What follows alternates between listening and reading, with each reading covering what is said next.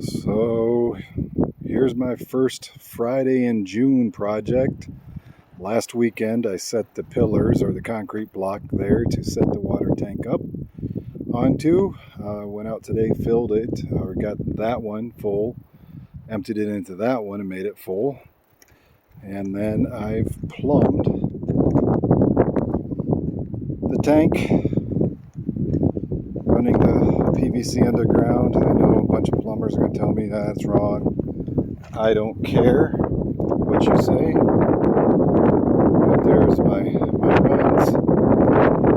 It essentially goes over onto the back of the shed and ends up in here on my water manifold.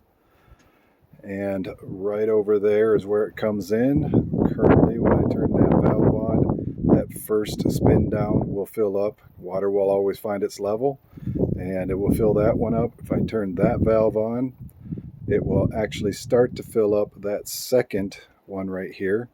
But that's about where the water level is from where the tank's at, so it stops. Hence the reason for the pump, to kind of get things flowing and going. I believe once everything is flowing and going, it goes through that one, then goes through that one, and then comes back down and out. My trailer will be another, essentially, it's probably another 6 to 8 foot below where we are right now. So I'm thinking I might be able to get some siphon from gravity down to the trailer. If not, I have that pump. That pump is 5 gallons per minute, and it's 12 volts. I will be installing this 100-watt solar panel and charge controller onto a 12-volt battery to power just that pump alone. I've come around the side of the shed, also known as the shout house. There's what I got. I know why didn't I run it inside earlier? I'm just worrying about the cold weather that we have coming in December, so I wanted to keep some of that pipe exposed to the south side here to possibly help melt some of that stuff off if need be. I have no idea if it's going to work. I'm just guessing, but either way it goes, worst case scenario, I dig a little bit of a trench, run it inside.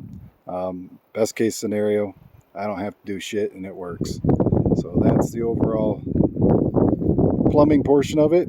And my water so far, eventually I will have another tank there and there, so a total of 3 tanks lined up there.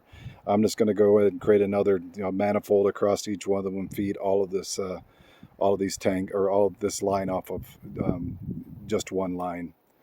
So hopefully everything works. And then of course over here is solar. Next weekend's project will be to take all of these panels and run those cables over to my shed and put everything in.